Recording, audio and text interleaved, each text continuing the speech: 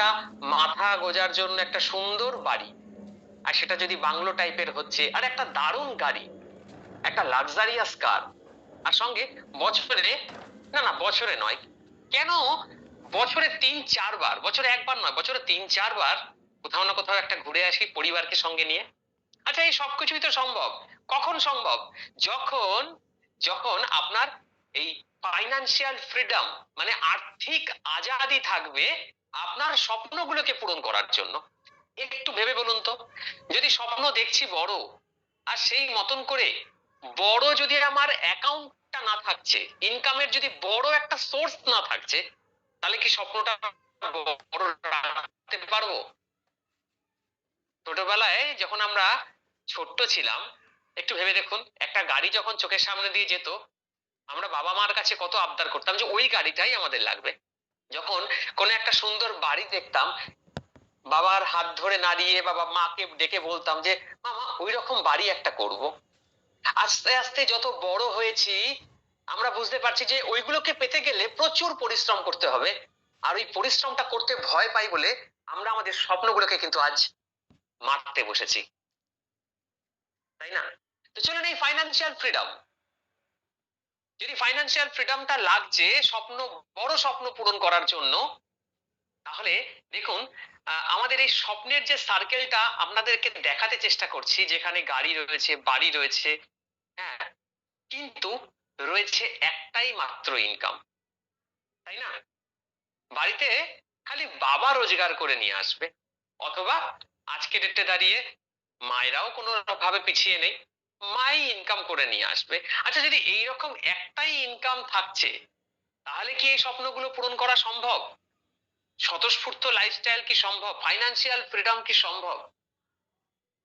যদি আপনার সত্যি সত্যি বড় ভাবে স্বপ্ন দেখছেন আর সেটাকে ফুলফিল করতে চাইছেন, তাহলে কি একটা ইনকাম দিয়ে সম্ভব? কারেন্ট সিনারিওটা কি আছে? কারেন্ট সিনারিও, একটু বর্তমান পরিস্থিতিটাকে যদি আপনারা সবাই অ্যানালিসিস করছেন, তাহলে আমার মনে হয় রাতে ঘুম আসবে না। তার কারণ, তার কারণ চারিদিকে কিন্তু হাহাকার শুরু হয়ে গেছে। জব ক্রাইসিসে প্রচুর মানুষ রয়েছে।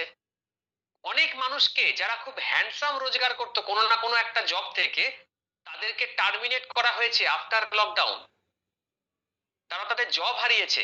তারা তাদের যে যোগ্যতা ছিল তার বাইরে গিয়ে যেমন তেমন ভাবে জীবনযাপন, মানে যেমন তেমন ভাবে কোনো একটা কাজ পেলেই হলো, এইরকম ভাবেই, মানে ওই নাই মামার থেকে কালো মামা ভালো একটা কথা আছে না, কিছুটা সেই রকম ভাবেই কিন্তু আজকে তারা তাদের জবের সঙ্গে অ্যাডজাস্ট করছে, লাইফের সঙ্গে অ্যাডজাস্ট করছে। কারণ কোথায় কোনো প্লেসমেন্ট নেই তো। গভর্নমেন্ট হাত তুলে নিচ্ছে, গভর্নমেন্ট বলছে আমি লোন দিতে রাজি আছি, জব দিতে পারবো না, তাই না?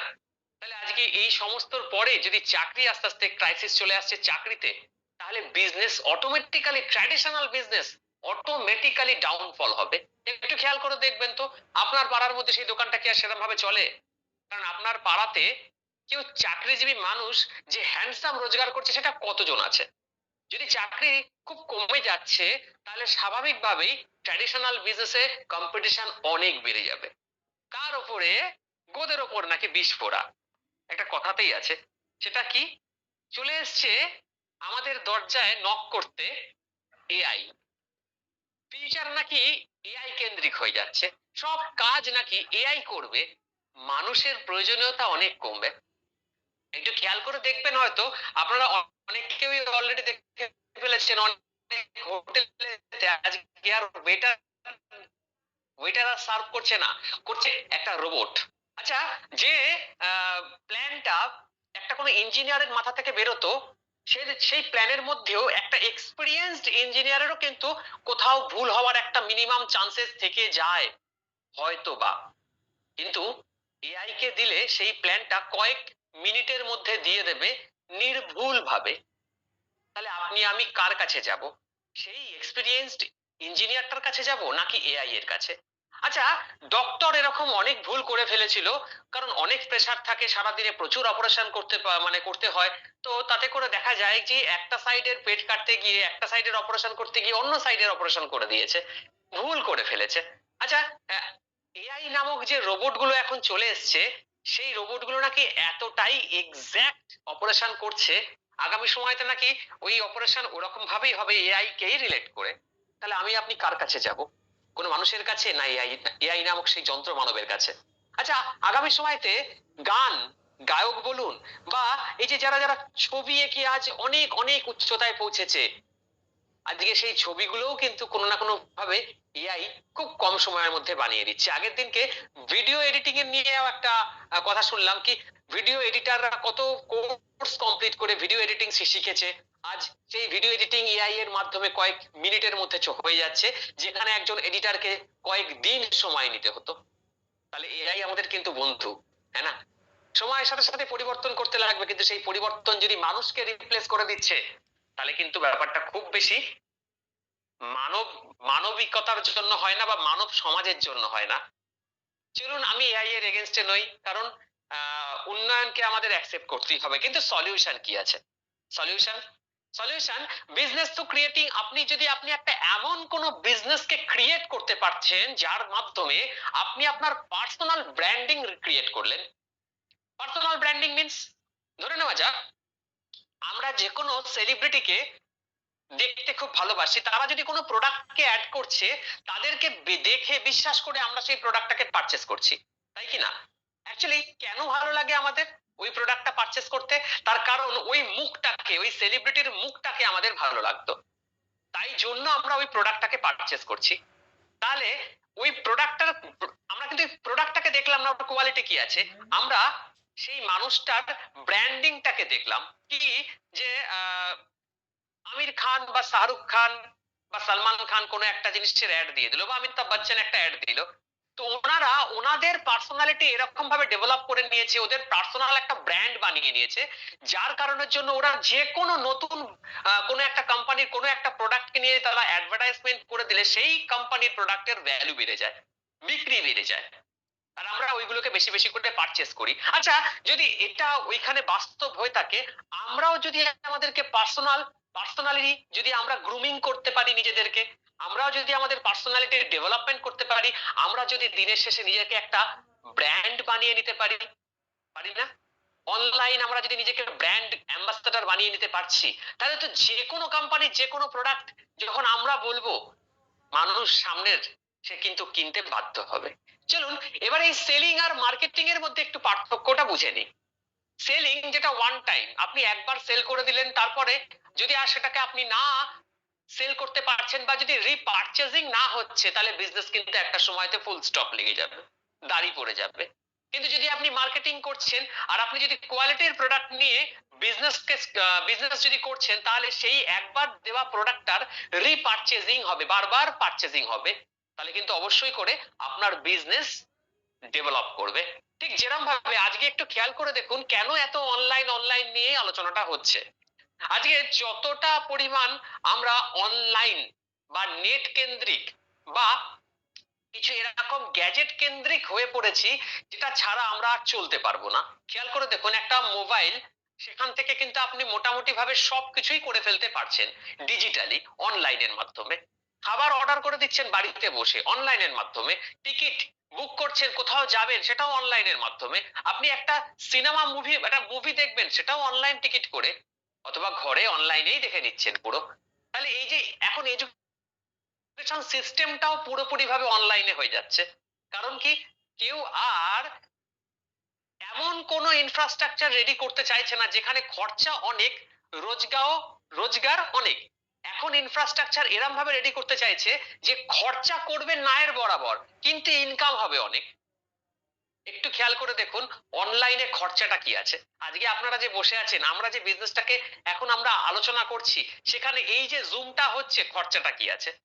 যদি আপনিও এরকম একটা বিজনেসকে সিলেক্ট করতে পারছেন আর এরকম ভাবে যদি জুম মিটিং রেডি করতে পারছেন, তাহলে আপনি কি খরচাতে কি বিজনেস করে ফেলতে পারবেন একটু ইমাজিন করুন। চলুন, তাহলে যদি আজকে সবটাই অনলাইনে শিফট করে যাচ্ছে বা গেছে, যাচ্ছে না গেছে, তাহলে কেন আমরা পিছিয়ে থাকবো? কেন আপনি আপনার বিজনেসকে অনলাইনে নিয়ে আসবেন না, ডিজিটালি নিয়ে আসবেন না? আচ্ছা, এবারে আপনার মনের মধ্যে প্রশ্ন আসতেই পারে, বিজনেস বাবা, বিজনেস মানে তো একটা ইনভেস্টমেন্ট মানে প্রচুর টাকা পয়সার রিস্ক ফ্যাক্টরে নিয়ে আসা। যাও বা আছে সেটাও যদি হারিয়ে যায় তাহলে কি হবে? আর এটা ভেবে প্রচুর স্ট্রেস, প্রচুর হেডেক, কম্পিটিশন তার মধ্যে রয়েছে, আমার তো নলেজই কিছু নেই। আচ্ছা, এই সমস্ত রকম চিন্তা ভাবনা তো একটা নতুন মানুষেরই আসা উচিত, একই না? আচ্ছা বন্ধুরা, আমাকে বলবেন,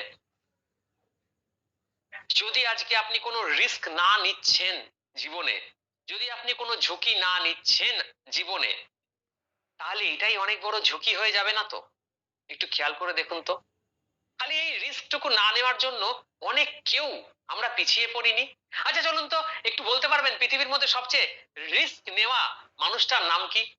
সবচেয়ে বেশি রিস্ক নিয়েছে, সবকিছু হারানোর পরেও আবার করে রিস্ক নিয়ে আজকে সে পৃথিবীর 1 নম্বর ধনী যে লিস্ট হয় তার মধ্যে নিজের নামকে এনলিস্টেড করে ফেলছে। হ্যাঁ বন্ধুরা, ঠিকই ঠিকই গেস করছেন। Mister Elon Musk. এই ইলন মাস্ক কিন্তু এই স্পেসশিপ বানাতে গিয়ে পুরোপুরি ভাবে ব্যাংকক্রাফট হয়ে গেছিল। আর আজকে দেখুন সে কত কত বিজনেস করে বসে রয়েছে। আজকে সে এখন 1 নম্বর, 2 নম্বর, 3 নম্বরের মধ্যে কম্পিটিশনে চলে এসেছে, হয়তো বা এবারে ও 1 নম্বর পজিশন হোল্ড করে নেবে। তো চলুন, এইটুকুনি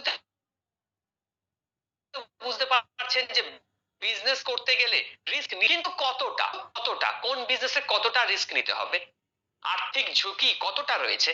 চলুন, বেস্ট সোর্স অনলাইন ইনকাম করার জন্য আমার মনে হয় ডিজিটাল নেটওয়ার্ক মার্কেটিং। কেন?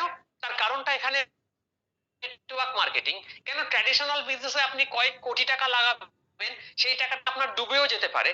কিন্তু যদি আপনি কোনো নেটওয়ার্ক মার্কেটিং কোম্পানিকে ডিজিটালি শুরু করছেন, তাহলে জেনে রেখে দেবেন নেটওয়ার্ক মার্কেটিং আর এই যে ডিজিটাল অনলাইন বিজনেস সিস্টেম, এইটাতে কিন্তু যদি কোনো অনেস্ট কোম্পানি আসছে, সে কখনো আপনার কাছ থেকে লাখ লাখ কোটি কোটি টাকার কিন্তু ইনভেস্টমেন্ট চাইবে না।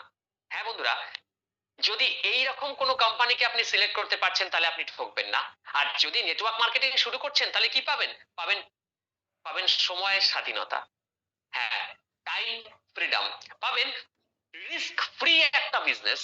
কারণ সেখানে যদি আপনার ইনভেস্টমেন্ট নায়ের বরাবর থাকে বা একদম মিনিমাম ইনভেস্টমেন্ট থাকে, তাহলে আচ্ছা, নেটওয়ার্ক মার্কেটিং বলছেন, নেটওয়ার্ক মার্কেটিং এ passive income, passive income, passive income, এই প্যাসিভ ইনকামটা আবার কি?